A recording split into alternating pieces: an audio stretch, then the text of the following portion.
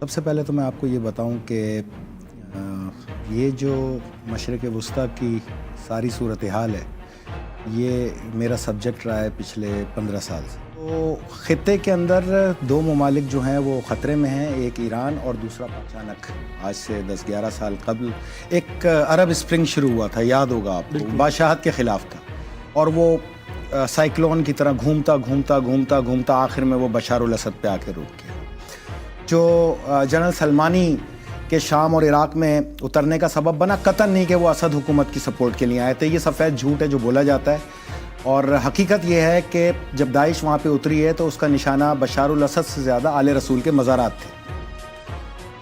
حضرت حجر بن عدی کی لاش کو 1400 سال بعد قبر کھود کے نکالا گیا اور گاڑیوں کے پیچھے باندھ کے شام کی شاہراہوں پہ گھمایا گیا۔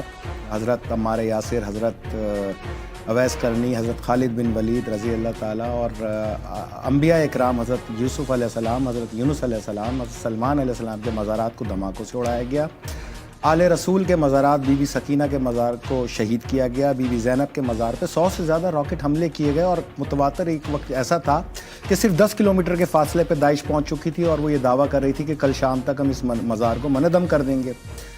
تو اس وقت قاسم سلیمانی جو ہیں وہ اپنی پوری افواج کے ساتھ وہاں اترے اور انہوں نے مزارات کو سیو کیا۔ حضرت حجر بن عدی کی لاش کو دوبارہ تدفین کی پورے اعزاز کے ساتھ، تمام مزارات انہوں نے بنائے۔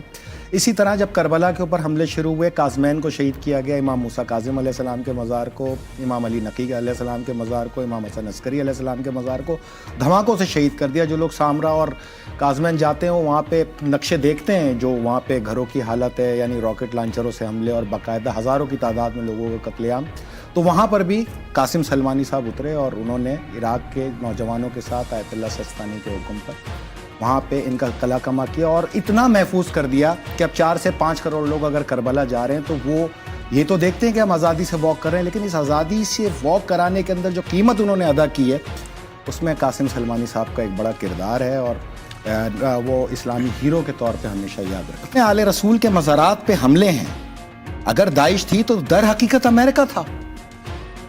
ہاں، یہ بات آپ کو ماننی چاہیے کہ امریکہ نے اتنی ہمت کی کہ آل رسول کے، اب دیکھیں نا، نماز میں جب تک آپ محمد و آل محمد پہ درود نہ بھیجیں آپ کی نماز ہی نہیں قبول ہوگی۔ تو حرمت، عقیدت، حفاظت یہ سب پہ اتنی ہی واجب ہے جتنی روضہ رسول کی واجب ہے، اسی طرح آل رسول کی بھی واجب ہے۔ ہاں، یہ ضرور ہے کہ کل مسلمانوں میں غیرت صرف انہی چند جرنیلوں میں تھی، یہ اترے، یہ نوجوان اترے اور انہوں نے اس کا تحفظ اور دفاع کیا، باقی لوگ سوتے رہے۔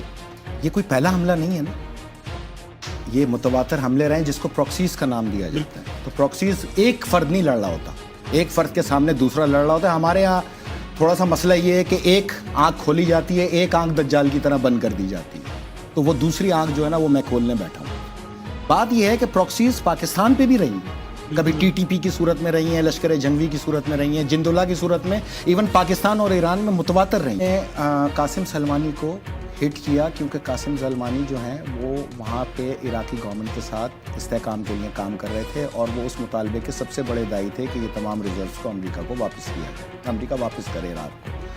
اچھا، اس قتل کی 2 وجوہات ہیں، ایک وہ وجہ ہے جو آپ کے یہاں چل رہی ہے اور ایک وہ وجہ ہے جو بالکل پوشیدہ ہے، میں آپ سے وہ آگاہ کر دیتا ہوں۔ اچھا، قدرت کی طرف سے امریکہ بھی 40 سال سے اس انتظار میں تھا، ایران بھی اس 40 سال سے انتظار میں تھا کہ امریکہ ڈائریکٹ ہے۔ اب تک امریکہ آتا تھا، کبھی سعودی عرب کے پیچھے سے آتا تھا، کبھی شام کے پیچھے سے آتا تھا، کبھی اردن کے پیچھے سے آتا تھا، کبھی مصر کے پیچھے سے آتا تھا۔ یہ جو مایا ناز یہودی ہیں، یہ ان کا ذہن کا فارمولہ تھا کہ مسلمان کے پیچھے آؤ اور مسلمان سے آؤ تاکہ یہ مسلمان آپس میں ٹکرائیں، اور یہ شیعہ سنی وار رہنی چاہیے جس میں ہماری اقتصادی ترقی ہے، جس میں ہماری لوٹ ہے، جس میں ہم خریدیں کہ جیسا کہ آپ نے دیکھا کہ 890 ارب ڈالر کا پچھلے 4 سال میں امریکہ نے عرب ریاستوں کو اسلحہ بیچا، اور دکھا کے کیا بیچا کہ تمہارا مسئلہ ایران ہے، تمہارا مسئلہ ایران ہے۔ میں اپنی ریسرچ پہ یہ واضح طور پہ کہہ چکا تھا 2013 جولائی میں کہ ایران اور سعودیہ کی کبھی وار نہیں ہوگی، ایون کہ ایران کی کسی اسلامی اسٹیٹ سے کوئی وار نہیں ہوگی، ہو ہی نہیں سکتی، ہے ہی نہیں ان کی کتابوں کی۔ اس میں ایران کا ایک مطلب بہت ہی اس کا ایک کمال اللہ تعالیٰ نے اس کو موقع دیا کہ سے زیادہ ممالک کے اندر امریکہ نے دہشت گردی کی ہے، وہ تمام لوگ امریکہ سے شدید نفرت کرتے ہیں، وہ چاہتے ہیں کہ امریکہ کے خلاف ظلم کے خلاف آواز اٹھائیں، امریکہ کی گرپ سے باہر نکلیں. ایران نے یہ فیتہ کاٹ دیا بھائی، ان کو موقع فراہم کر دیا. اب امریکہ کا سورج جو 12 بجے پہنچ چکا تھا، 12:01 پہ غروب کی طرف چلا گیا. دنیا میں قانون قدرت ہے، بال پوری طاقت سے اوپر جاتی ہے. جب سینٹر آف گریوٹی پہ وہ اس کی طاقت ختم ہوتی ہے تو سینٹر آف گریوٹی اس کو واپس کھینچتی ہے. زوال جب ہوتا ہے تو بال بیچ میں سے دوبارہ نہیں اٹھا کرتی، پھر وہ زمین پہ امپیکٹ کرتی ہے، پھر شاید اٹھے تو اٹھے جتنی اس کی طاقت ہو. تو امریکہ کا جو یہ امپیکٹ ہے یہ زمین بوس ہوگا اور ہونا ہے اس میں، اور اس کا آغاز ہو گیا ہے. اور عراق سے ہر صورت امریکہ نکلے گا. جب عراق سے نکلے گا مشرق وسطیٰ سے نکلے گا. جب مشرق وسطیٰ سے نکلے گا تو ایشیا بھی اس کو باہر نکالے گا، تمام ممالک مل کے. جب ایشیا نکالے گا تو یورپ پیچھے ہٹ جائے گا اور امریکہ واپس پیسیفک اور اٹلانٹک اوشن کے بیچ کے اندر رہ جائے گا جو اس کی حدود ہے، اور رہنا بھی وہیں چاہیے. کوئی پولیس مین تو تھوڑی ہے پورے. ایران جو ہے وہ کبھی بھی کسی مسلم ممالک سے جو ہے وہ اس کا تصادم نہیں ہوگا. اس کی وجہ یہ ہے کہ 70 سے زیادہ موقع تھے ایران کے پاس سعودی عرب سے ڈائریکٹ جنگ میں جانے کے، اور خاص طور پہ اس وقت موقع بڑا شدید تھا جب آیت اللہ نمر کو کی گردن قلم کی گئی اور قطیف کے اوپر آپریشن شروع کیا گیا. لیکن ایران اس کانفلکٹ کے اندر نہیں آیا. سعودی عرب کے اندر اب تک کوئی بھی ایسا دھماکہ یہ مان لیں کہ ایران نہیں آئے گا، لیکن سعودیہ کو کیسے روکیں گے، یا جو دیگر وہ بھی نہیں آئیں گے. صرف اس وقت تک ایران کا ایک جو انیشیٹو آ گیا ہے وہ یہ ہے کہ جب تک اس سرزمین سے امریکی اڈے استعمال نہ ہوں ہم اس اڈے کو نشانہ بنائیں گے. تو اگر Iran is a nuclear power, ان اناؤنس نیوکلیر پاور. میزائل نہیں ہوتے، میزائل وہی بناتا ہے جس کے پاس وار ہیڈ ہوتا ہے. وہ میزائل بنائی وار ہیڈ کے لیے. تو آپ امریکہ کا جو موقف ہے اس کی تائید کر رہے ہیں کہ ایران جو ہے وہ اگر نیوکلیر پاور ہے تو امریکہ کے پاس تو جسٹیفیکیشن موجود ہے، اس پہ امریکہ کا مقابلہ کیا جائے گا. کس نے کہا آپ کو معیشت کمزور ہے؟ ریسنٹ پاس میں ہم نے دیکھا کہ ایران میں جو ہے وہ اس حوالے سے مہنگائی، بے روزگاری پہ مظاہرے وہاں پر بھی شروع ہوئے. تو وہ پوری ویکیوم ہے. آپ کیا سمجھتے ہیں جس ریاست میں اس قسم کا ویکیوم ہو وہ ریاست کیسے مقابلہ کر سکتی ہے؟ کیا سمجھتے ہیں 4 ملکوں کے اندر جو داعش سے نبرد آزما رہا، جو IS سے نبرد آزما رہا، کیا اس پہ پیسے نہیں خرچ ہوئے ہوں گے؟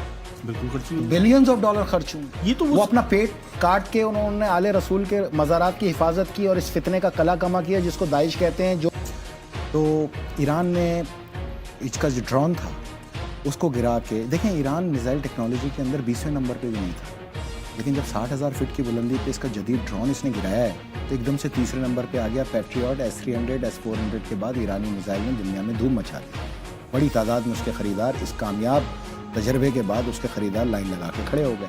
اور پورے امریکن بحری بیڑے ایئر بیس ختم کرتے ہوئے عین الاسد اس کے اڈے پہ، وہ اڈا نہیں ہے بیسیکلی وہ ایئر بیس ہے. 50 کلومیٹر اسکوائر یارڈ کے اوپر محیط ایک ایئر بیس ہے جو لگ بھگ 3000 ایکڑ کا رقبہ ہے، جس کے اندر اس کے جدید ریڈار تھے، جدید میزائل اینٹی میزائل شکن نظام تھا، سینکڑوں کی تعداد میں ٹینک تھے، 100 سے زیادہ طیارے تھے، 30 سے زیادہ ڈرون تھے.